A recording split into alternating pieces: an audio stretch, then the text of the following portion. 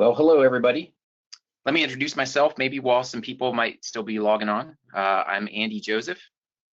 I'm the state apiarist with Iowa Department of Agriculture and Land Stewardship, and I was asked today to talk about bees. I absolutely enjoy and love what I get to do for the Department of Agriculture. I've been in the position for, I guess, a little over 12 years, and I work with beekeepers on pretty much a daily basis. This time of year, despite the virus and all that, we're still allowed to do more or less essential inspection work. And so I've been hitting the road pretty much on a daily basis, meeting with beekeepers and looking at bees that are, say, going to be offered for sale or crossing state lines. These sorts of things trigger the need for health certificate sort of inspection work to make sure the bees are clean for the new owners or for the new locations that they would be entering. And so I enjoy that. You know, it's a sign that spring is here and things are getting busy for beekeepers all around. It's a really interesting time of year. And I'm happy to say that this year things are looking very good. We've wintered well. Most beekeepers that I've worked with are at least content, if not very happy with the way their colonies have come through winter. This picture was taken down in the Knoxville area at the Weldon's place. They held a field day for beekeepers a few years ago. They do this on a fairly regular basis. And you can tell by the picture, it's just a beautiful day. Still have some dandelions on the ground, but the colonies are well underway making honey. And it was just there as an educational opportunity. And we had a great time going through bees. And you'll find that in the beekeeping community. Maybe unlike some other industries, it's not ultra competitive, especially on a small scale, of course. And so people welcome you into it. And there's a real passion that is through and through beekeeping, regardless of scale.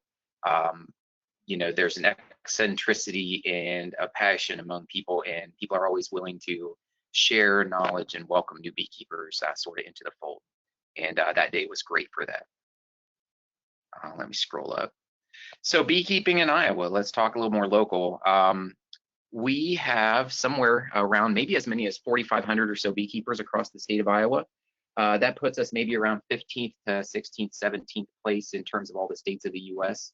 The Dakotas and California are huge into bees, and there are a couple other ones. But once upon a time, Iowa had more beekeepers, more colonies of bees, and produced more pounds of honey than anywhere else in the US. And we did that for a long time. Now, this is a long time ago. That was about 80 years ago. And in the 40s, changes to agricultural practices and the Farm Bill and the scale of agriculture kind of pushed some of our beekeepers out. But we have a really rich history of beekeeping in this state that continues on, and we should be proud of that. Also, I'll brag later about our honey, and I'll just do that now as well. We make, in my very humble opinion, some of the best honey that you can get anywhere in the world. We should be very proud of that. All right, so in this picture, you know, I'm showing some hobby beekeeping, and that's really grown. So as I say, we've got about 4,500 or so beekeepers across the state. That number has more than tripled in the last 10 years. And I think that some of that is just this, this vague idea, this notion that it's a little harder to keep a healthy colony of bees now than ever before. Something's going on, I'd like to give it a shot, you know, and there's been an increased awareness of pollinators and the importance of bees in our neighborhoods as pollinators of the plants and of course fruits and vegetables around us.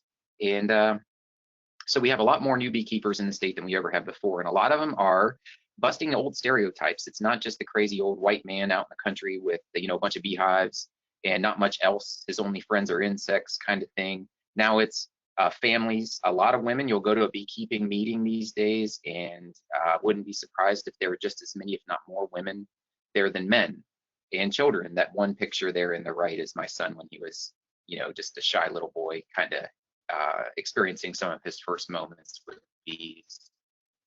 We have a lot of backyard beekeeping in the state, you know, just 2 hives here and there. And that's the vast majority of the beekeepers across Iowa are small scale or hobby level beekeeping. The next stage up is a sideliner, which is kind of a middle and like between of beekeeping. And then, of course, we have a thriving commercial industry as well. The top picture is one of Brian Little's guys there, and they kind of take up some of the counties down in southwest Iowa. Just a fantastic guy. One of the pleasures of my job is I get to meet people that are into this at all different scales, and I learn from them, and hopefully I am there in a positive role and helping them with what they need as well. But absolutely love going to places and seeing how things are done by different people and meeting the people that work so hard doing something that they love and something that's so important as beekeeping. That picture was taken last year, and about the, this spring compared to last spring didn't really happen. If you remember, it went straight from very late winter into a hot, dry summer. And about the time we were all getting worried if we were going to get a honey crop or not, wham, it came right in. And you can tell how happy they are down there that those boxes are stacked up so tall. Each one of those boxes weighs over 60 pounds of honey. These are deeps, and they get quite heavy, but if it's your own honey, you'll lift another one and another one and another one very happily. And that was a great crop that came in very late in the season, and that's true for a lot of beekeepers around the state. The bottom corner picture are some hives that are going out for pollination. Later in the season, you can tell the grass has turned brown. This is in fall, around Thanksgiving time, and those bees are leaving the state of Iowa to go to California for kind of a mix of almond. That's the big draw, is the almonds out there, and organic blueberry pollination as well. So that's a lot of hard work that goes into those, and usually that's more for the larger size operations, but not exclusively.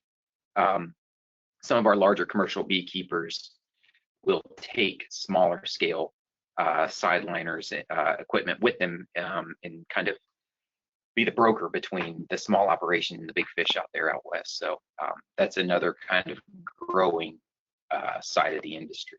Let's talk about what the bees are. When I talk about bees, I'm talking specifically about honeybees.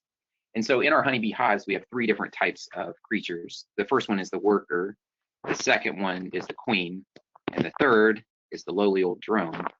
And they each have their roles, and their roles are, shown pretty readily just by their body, by the layout and the design of their body. And in this worker picture, you can see she's got antennae hanging off the front of her head and pretty big compound eyes to sense the environment around her. She has pretty good sized flight muscles and big wings that go, extend to the rear end of her body there.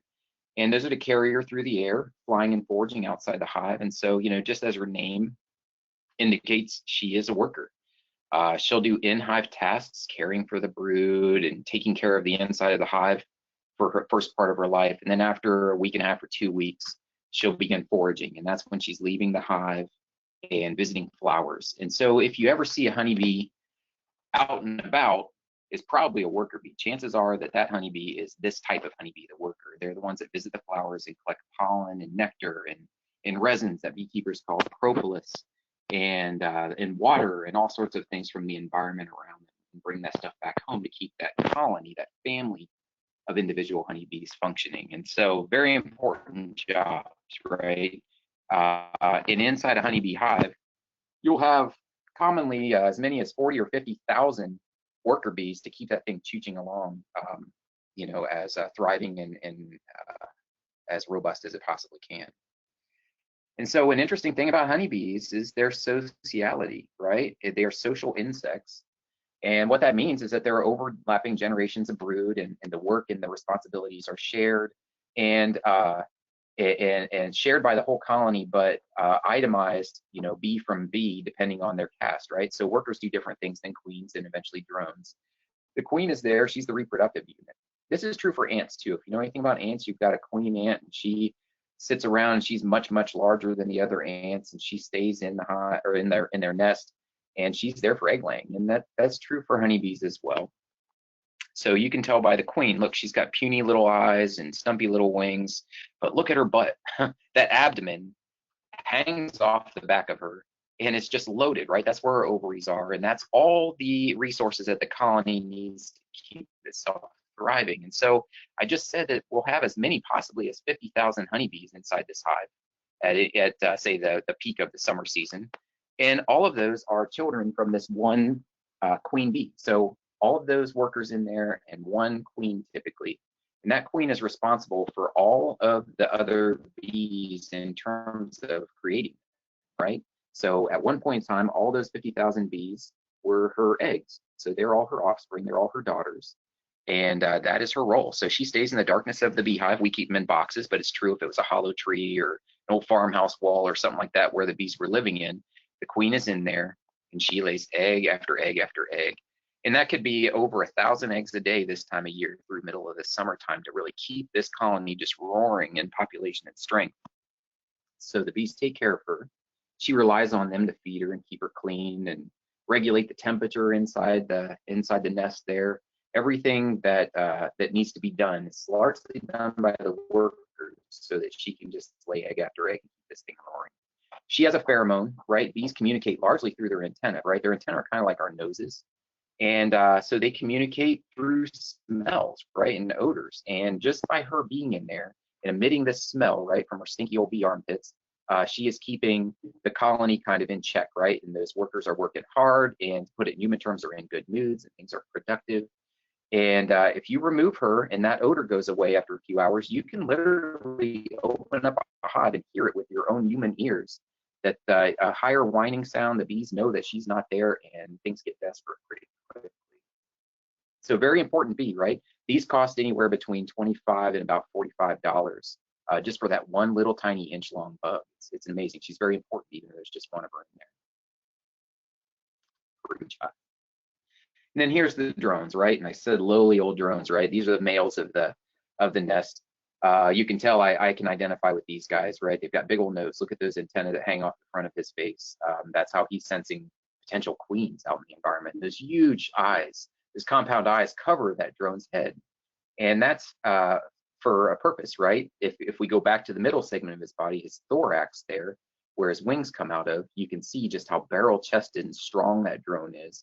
Look at those wings. They extend all the way back beyond the tip of his abdomen, right? He's basically a flying machine with a huge radar. And what drones do every afternoon through about this time of year on through the summer is they leave the hive, late morning, and they fly up to what we call drone congregation areas. And these are areas that the drones know to go to in the landscape. And they're constant, usually through time. You could have one hive there this year, the drones know where to go. You remove that hive, put a different one there next season, those drones will go to the same spot. And they seem to kind of lazily fly, several meters, maybe 10 meters or so, off the ground, kind of at the treetops, fly around. But what they're really doing is they're just scanning and scanning, and they're sensing with those big antennae that odor of the queen. And if they pick up on a young queen, a virgin queen's odor, they're going to fly toward it like a moth in an odor plume, right? With this zigzag kind of honing in sort of flight pattern until they can see that little tiny queen with those giant compound eyes they have. And the race is on, right? That's why they have those big flight muscles and huge wings, is they're trying to outcompete, right? They're going to beat those other drones to that queen. Their one real purpose in life is to mate with queens, right? They're there for reproduction. And if they're so fortunate to do that, then their life is basically over.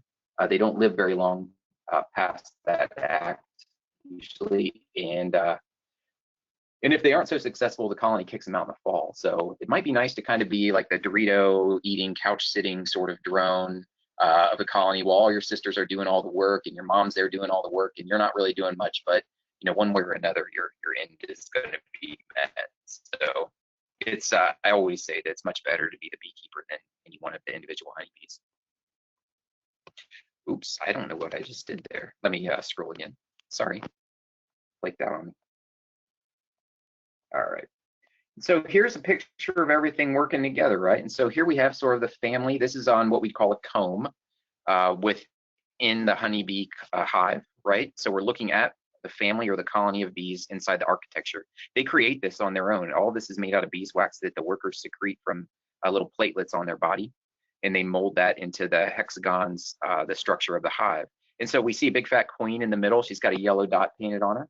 She's surrounded by her daughters, worker bees, and they come up to her. Usually, of course, it's pitch black dark inside a beehive, right? It's inside a box or a hollow tree. It's not lit up. And so in the darkness of the hive, the workers touch her with their antenna, make sure she's good and has everything she needs. They feed her.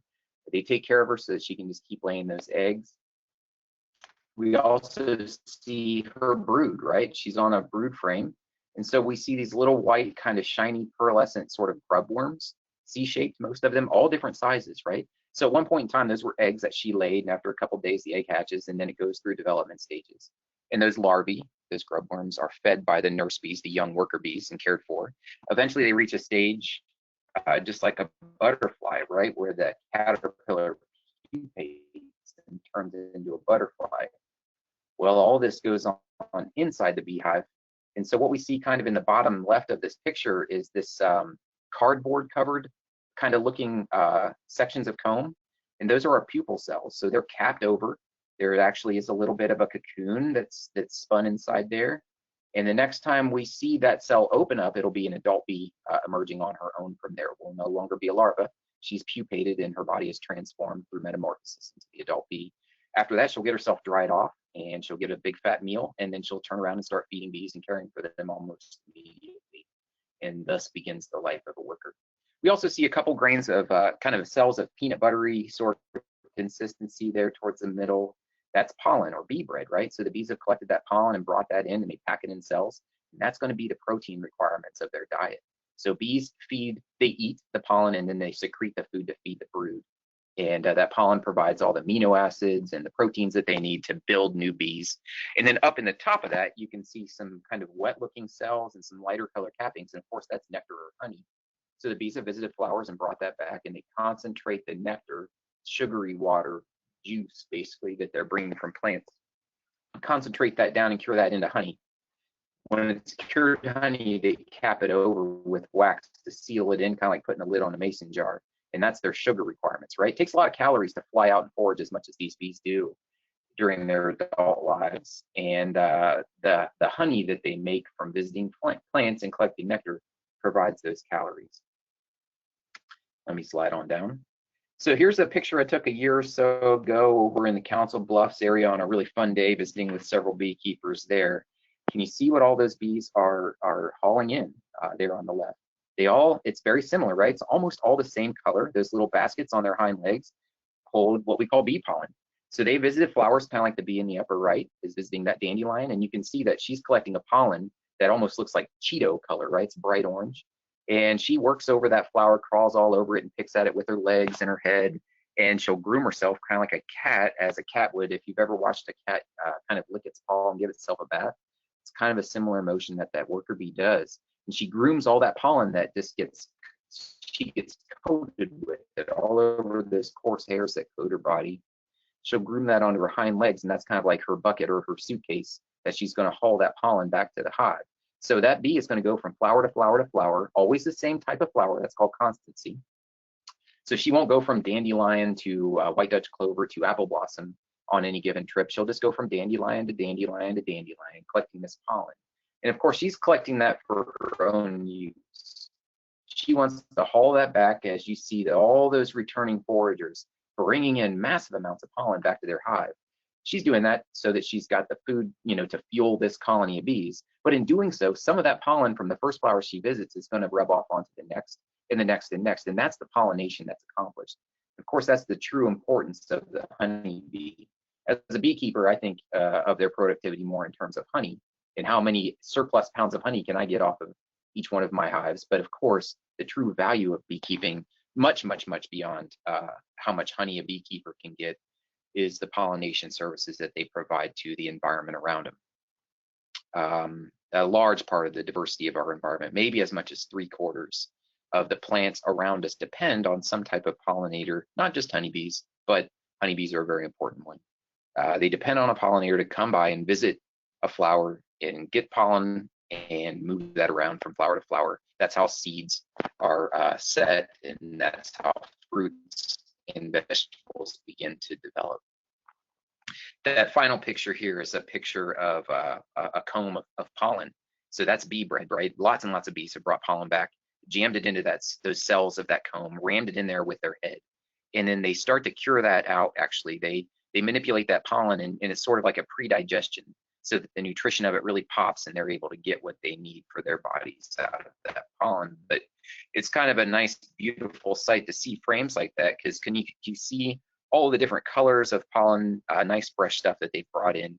And any beekeeper knows that as long as you've got a good laying queen and good weather and you've got pollen like that, your brood nest is going to expand and your colony is going to grow, because they're going to turn that pollen frame into new bees in a jiffy. And so here's a frame another comb that's a brood frame. And so when bees really get stimulated by all this food coming in the front door, you know, the spoils of their efforts there, and the queen really increases her egg laying because there's food coming in, and then it's not long until we see frames like this where we call it wood to wood, right? There's eggs all the way from one edge of that frame all the way out to the next in all stages of development in between. So we, again, on this picture, we see capped brood throughout the middle. That's that last stage before those bees come out as an adult. Around the outside of that, kind of haloing around that, is younger stage. That's a typical pattern that we'll see. So we see open cells of nice, white, glistening, wet-looking, pearlescent larvae. That's a sign of nutrition and health and everything being good in their world, just right in their world. And around that, of course, we see fresh nectar coming in from flowers as a food source. And usually we see a little pollen in between there as well. And it won't be long, a full frame of bees like that, when you lift out a frame and it's just nice and solid like that, of just nothing but brood, that almost turns itself into about 2 frames of bees after they emerge and they're standing on the cone. So colony builds up with explosive growth about this time of year. Leads me into swarming. This pictures of a couple honeybee swarms. Maybe some of you have seen these. This is a common occurrence this time of year. We're just kind of getting to the point at which they get the urge to swarm. When everything's going right and it's springtime in the honeybee colony and there's lots of food coming in, you got a good laying queen, and everything is just kind of robust and copious, the bees get ornery, right? And this is all that reproduction I talked about before was just to fuel the one colony, but obviously nature has to have a way to turn one colony of honeybees into more than one, and that is swarming. And so when everything's going good, the bees have a tendency to build a new queen, and just before the new queen emerges as an adult, the old queen will leave with about half of the bees of your hive, and they'll go out of the hive, they'll fly in a big cyclone, and they'll land on, say, a tree branch, as in this picture, as a temporary spot, and they'll send out scout bees or foragers, young worker bees, to go through the environment, and these scout bees will find a more suitable, more permanent place for the colony to move into, and that swarm will move on. They're very passive and gentle, kind of docile during this. Best left alone if you're not a beekeeper, but also nothing to worry about, right? They don't have anything to protect or defend. They're just hanging there in a big clump with the queen somewhere in the middle. And the best thing to do, if any of you non-beekeepers ever see a swarm, is let a beekeeper know. You know, if it's not 40 feet up in a tree, if it's something accessible easily enough and safe enough, beekeepers love to grab these. They can put those bees into a hive and start a new colony. Now, as spring turns into summer, this is a picture of one of my yards up north of Des Moines. You can tell these honeybee hives get quite tall, and so we add boxes and more boxes on top. Basically, the nest, the brood nest of the hive, is in the lower couple boxes, and then on top of those lower boxes, we stack the pantry. Basically, we call them honey supers. So if the queen is down in the bottom couple stories and she is laying all her eggs, and that's the life of the colony, the bees have a tendency to put their honey above that. And so the taller these hives get stacked through the summer months, basically that's an indication of the more and the more honey that they are making inside there, right? So in a good year, they can get pretty tall. And these boxes, notice, are shorter than the other ones I showed you when I talked about honey production. These hold about 30 pounds or so of honey if they're really jam-packed full. So for every couple boxes, you've got about a 5-gallon bucket of honey as a surplus crop that a beekeeper can remove, leaving enough for the honeybees themselves to have and use as their own food. We can take off those top boxes and leave the bottom ones on there, and that's our tax for taking care of the bees and doing a good job with it, basically. And in Iowa, about a 5-gallon bucket is somewhere around in that neighborhood. About 60 pounds or a 5-gallon pail is our state average surplus crop that we can take away each year per hive. Here's a picture. If you look at those combs inside those top boxes there, we see nectar, the open cells being cured down, concentrated. The bees are dehydrating that water out of that nectar and curing it down. They're adding enzymes and things from their own bodies that they produce into it. And they're curing that nectar, which would spoil pretty quickly and ferment, down into honey, which has a very long shelf life. And again, when it is honey, they cap it over with that white wax. And so as beekeepers, we love to see this. This is a beautiful photo. I've used this photo in tons of talks because it just shows exactly what's going on inside the colony. So we can pull frames out of there, and if they're capped over with wax, this is an old, I believe that's one of the Ebert honey out of Linville. They've been around since the 80s. Great family of beekeepers.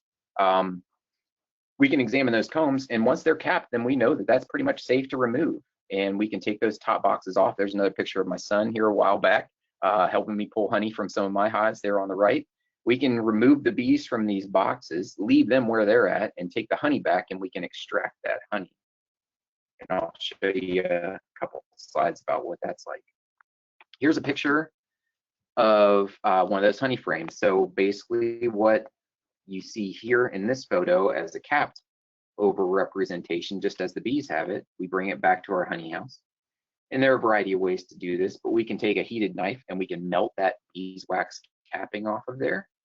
And that reveals the honey that's inside each cell, which will start to ooze out and drip out. But we help it along by putting it into a spinner called an extractor. And we'll kick that on and it'll spin around faster and faster and faster. And the honey will be kind of slung out by centrifugal force of the combs.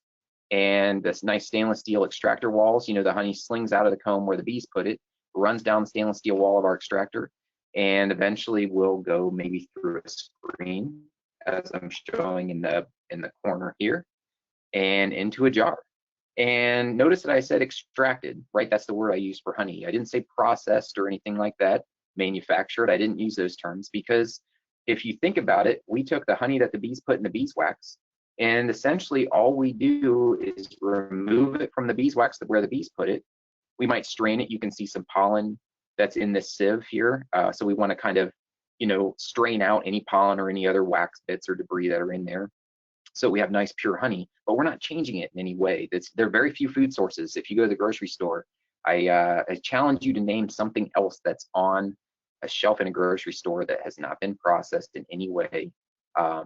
It hasn't been pasteurized, it hasn't been adulterated, it hasn't had to have some kind of special shipping or handling. It's just fine. And especially that's unique among things produced by insects. Honey is the only thing that insects produce for their own diet that we eat in our diet in an unchanged form. And so here's a nice jar of that raw golden Iowa honey, right? I said it's something that we should be very proud of. You can see this raw honey has a little bit of haze. That's still some pollen and things like that in there. We like to have that, right? If we handle our honey very gently and we don't heat it and we don't, you know, fine filter it too much, it retains a lot of the goodness of that, right? It's much more than just a sugar water sort of sweetener. I believe wholly that it has a lot of really important properties, and if we handle it gently, those can be retained. And I was pretty proud of this jar, so we took a picture of it just kind of glowing there, right? That's a lot of clover. That might be some basswood in there. That's a big one for us here in Iowa. It all kind of adds up, and usually we let everything come in throughout the course of the year into the hives. All the efforts of the bees, we let that build up. And then what most beekeepers do is do this extraction one time per year, usually towards the end of August, beginning of September. We have other products from the hives. Here's a picture of beeswax, right? This is rendered beeswax in chunk form. It's my son weighing a bunch of it here. We make a lot of candles, and you'll see a lot of beekeepers making candles.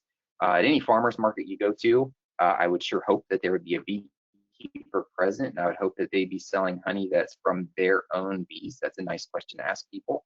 And making candles and products that are also products from their hives, right? The bees don't waste anything in nature, and if the beekeeper's doing it right, we aren't either, right? Bees are very thrifty. Anything that comes into that hive gets used and used and used. And it's just kind of a nice, beautiful, clean sort of thing, one of the cleanest environments and tidiest environments in all of nature. And if beekeepers are doing that right too, we're not wasting much of anything either. We're being careful with our honey handling so that we're retaining the product to be as similar to exactly what those bees created as what it was when we removed it from their combs.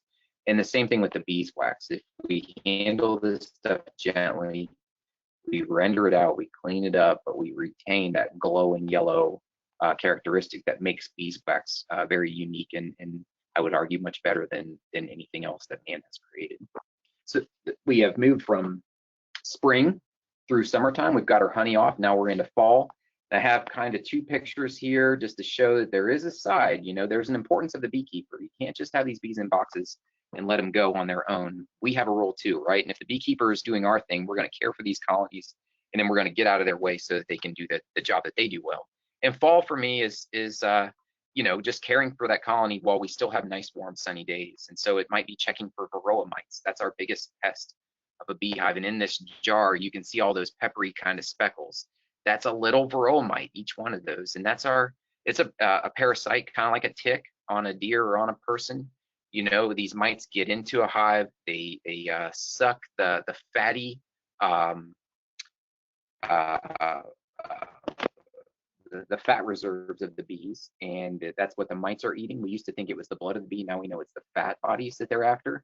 So kind of like little werewolves in our hives. And that's a very important part of being a beekeeper, is to monitor by collecting them in a jar to see how bad our parasite issue is here with these varroa, and then treat when necessary. And we need to treat in smart ways, using smart chemistries and proper timing, and we take care of our colony. The picture on the right is a picture of deformed wings on a bee. You can see those crinkled up wings.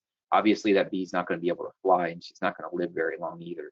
That's a virus that gets in through our colonies and activated when they're under certain types of stress or when mite numbers are very high. So we look out for those. That's a physical symptom that the bee has this virus activated in her. And when we see that, oftentimes we know that we have a mite issue, right? So it's hard to control a virus. We sure know that these days, but we can control that virus and keep it low by keeping this parasite out of our hives as much as possible. So we're not really controlling the virus, we're controlling the parasite that vectors the virus.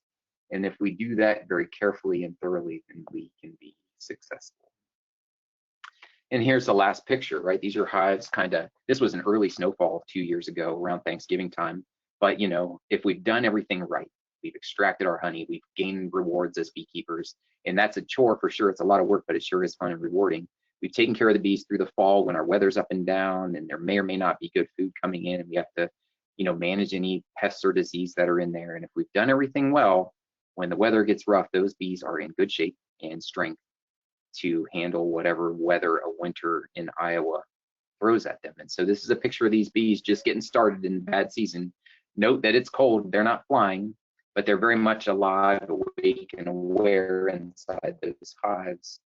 And the queen is in there. She might not be laying very many eggs, that's for sure, but the bees are gathered around her, and they can regulate that temperature in there nice and warm inside the cluster so that they can cruise through even a very cold, long winter. As long as they're healthy and in good shape and good number, they can endure a pretty harsh environment for a couple months until spring busts out again. So that's kind of the season and the cycle of being a beekeeper. So I appreciate you listening,